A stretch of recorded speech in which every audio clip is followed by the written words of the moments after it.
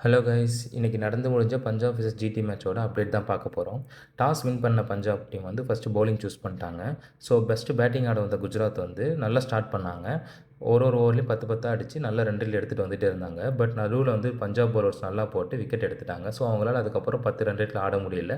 So அவங்களால ஃபைனலாக 162 runs தான் அடிக்க முடிஞ்சது. பஞ்சாப் பவுலர்ஸ் நல்லா போட்டு டிஃபெண்ட் பண்ணிட்டாங்க ஸ்கோரை. 162 ரன்ஸ் தான் அடிக்க முடிஞ்சது. ஸோ 163 ரன்ஸ் அடித்தா என்ற வின்னுன்ற டார்கெட்டில் பஞ்சாப் பேட்ஸ்மேன் உள்ளே வராங்க.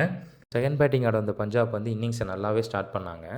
என்ன தான் நம்ம பிரியான் ஷாரியா சீக்கிரமாக அவுட் ஆனாலும் பிரம் சிம்ரனும் கூப்பர் கார்னலியும் சேர்ந்து நல்லா பார்ட்னர்ஷிப் போட்டு ஸ்கோர் எடுத்துகிட்டு போயிட்டாங்க.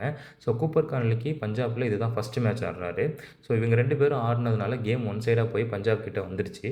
ஸோ அதுக்கப்புறம் ஜிடியில் இம்பாக்ட் பிளேயராக யூஸ் பண்ண பிரசித் கிருஷ்ணா நடுவில் வந்து டக்குன்னு கேம் அவங்க பக்கம் எடுத்துகிட்டு வந்துட்டார். டக்குன்னு ஒரே ஓவரில் 3 விக்கெட் எடுத்ததுனால இப்போ ஒன் சைடாக போயிட்டு இருந்த மேட்ச் வந்து இப்போ டபுள் சைடாக மாறிடுச்சு. பட் ஒரு சைடு விக்கெட்டே போயிட்டு இருந்தாலும் கூப்பர் கார்னலி தனியாளாக நின்று மேட்சை முடிச்சு கொடுத்து மொமெண்டமே இவங்க பக்கம் எடுத்துகிட்டு வந்துடுவார். ஸோ என்னோடய பெஸ்ட்டு மொமெண்ட்னு பார்த்தீங்கன்னா கூப்பர் கார்னலி தனியாளாக நின்று முடிச்சு கொடுத்தது தான். ஓகே, இந்த த்ரில்லர் மேட்ச்சில் உங்களோட ஃபேவரட் மொமெண்டம் எதுன்னு கமெண்ட்டில் சொல்லுங்கள். அடுத்த வீடியோவில் பார்க்கலாம். பாய்.